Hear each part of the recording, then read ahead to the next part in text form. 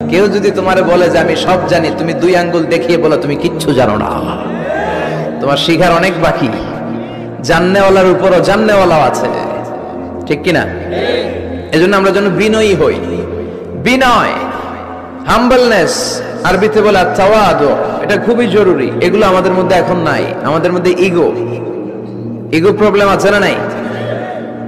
অহংকার, jealousy, arrogance, এগুলো থেকে সম্মানিত ভাইয়ের আমাদেরকে বেরিয়ে আসতে হবে। দেখবেন সমাজে যারা খুবই হাম্বল, বিনয়ী, তাদেরকে সবাই পছন্দ করে না?